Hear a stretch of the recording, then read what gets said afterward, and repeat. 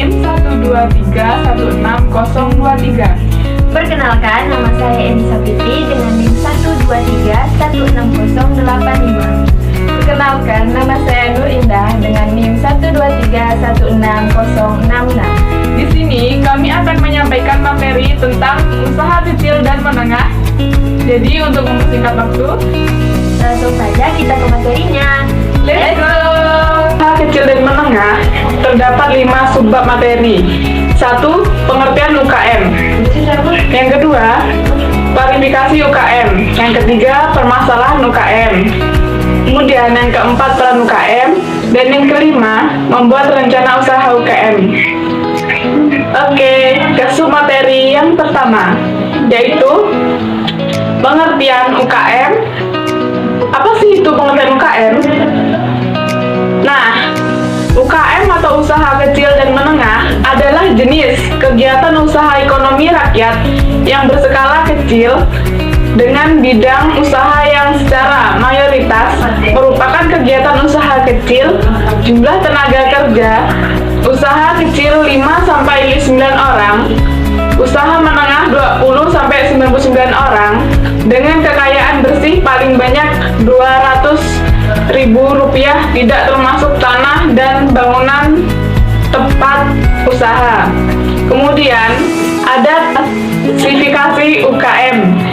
Klasifikasi UKM menjadi 4. Yang pertama ada livelihood activities, merupakan UKM yang digunakan sebagai kesempatan kerja untuk mencari nafkah yang sering disebut sebagai sektor informal, yaitu contohnya ada pedagang kaki lima. Dan yang kedua yaitu micro enterprise, merupakan UKM yang memiliki sifat pengrajin tetapi belum mempunyai sifat kewirausahaan. Kemudian yang ketiga, small business enterprise, merupakan UKM yang telah memiliki jiwa kewirausahaan dan mampu menerima pekerjaan kontraktor dan ekspor. Kemudian yang terakhir ada fast moving enterprise, merupakan UKM yang memiliki jiwa kewirausahaan dan akan melakukan transformasi menjadi usaha besar atau UB. Selanjutnya, permasalahan UKM. Permasalahan UKM ini dipicu oleh 2 faktor, yaitu ada faktor internal dan juga faktor eksternal. Nah, untuk internal sendiri itu terdiri dari yang pertama yaitu kurangnya permodalan, yang kedua SDM terbatas, yang ketiga lemahnya jaringan usaha. Kemudian untuk faktor eksternal itu tersendiri dari yang pertama, 1. Iklim usaha belum kondusif dengan kebijakan pemerintah, yang kedua terbatasnya sarana, dan ketiga prasarana usaha, terbatasnya akses. Baiklah, selanjutnya kita akan membahas ada peran UKM. Peran UKM dalam masyarakat itu ada 4. Yang pertama, menciptakan lapangan pekerjaan. Yang kedua, membangun ekonomi pedesaan. Yang ketiga, pemerataan pendapatan masyarakat. Yang keempat, penggerak peningkatan ekspor manufaktur atau non migas. Selanjutnya ada membuat rencana usaha UKM. Perencanaan bisnis atau business plan adalah proses penentuan visi, misi, dan tujuan, strategi, kebijakan, prosedur, aturan program, dan anggaran yang diperlukan untuk menjalankan suatu usaha atau bisnis tertentu. Selanjutnya ada membuat rencana usaha UKM, yaitu yang pertama menjadi panduan, bergerak dan bertindak dalam memulai bisnis. Yang kedua, mengurangi kegiatan dan kebutuhan yang tidak diperlukan. Yang ketiga, mengetahui perkiraan kebutuhan yang tidak diperlukan. Yang keempat, menghindari pemborosan biaya, barang, waktu yang tidak diperlukan. Yang kelima, menjadi panduan untuk menjalankan strategi marketing, pengembangan SDM, pengembangan produk, dan target bisnis itu sendiri. Yang keenam, itu ada efisiensi dalam penggunaan barang, waktu, biaya, dan tenaga untuk bisnis. Selanjutnya, ada langkah membuat perencanaan bisnis. Terdapat beberapa langkah untuk membuat perencanaan bisnis. Yang pertama, ada perencanaan ide. Nah, dalam perencanaan ide, kita harus memiliki ide sebanyak mungkin dan sekreatif mungkin. Kemudian, pilihlah ide yang paling baik dan yang paling mungkin kita kerjakan. Yang kedua, ada perencanaan usaha. Dalam perencanaan usaha, kita harus mencari dan memilih lokasi usaha yang tepat, seperti lokasi yang strategis yang dapat dijumpai oleh semua orang dari semua kalangan dan lokasi yang mudah dijangkaui oleh kendaraan umum. Kemudian kita juga harus mempersiapkan peralatan yang dibutuhkan. Nah, mempersiapkan fasilitas yang dibutuhkan, terus menguras izin usaha dan juga menentukan logo, nama usaha, brand dan juga merek. Nah, yang ketiga ada perencanaan pemasaran. Dalam perencanaan pemasaran ini, kita harus menentukan target market yang sesuai sasaran.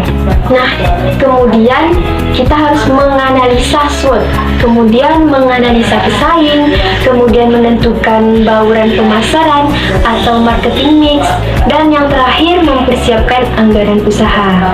Nah, yang keempat ada perencanaan SDM.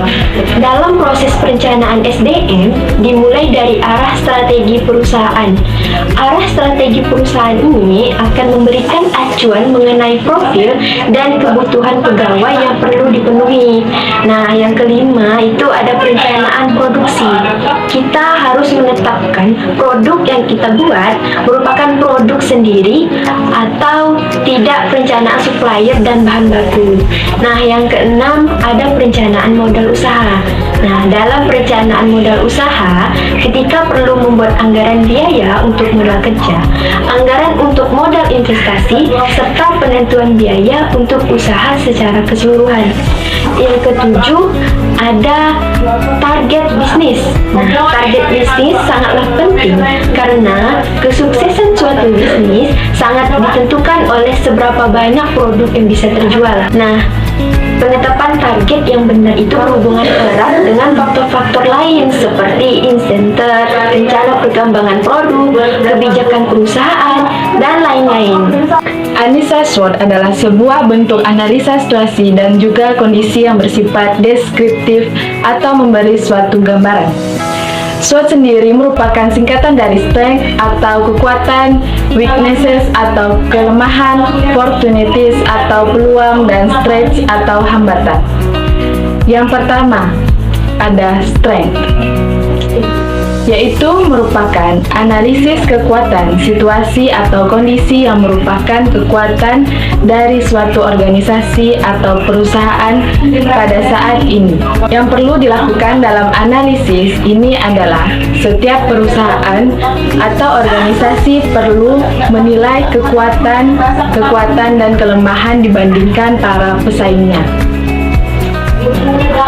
2.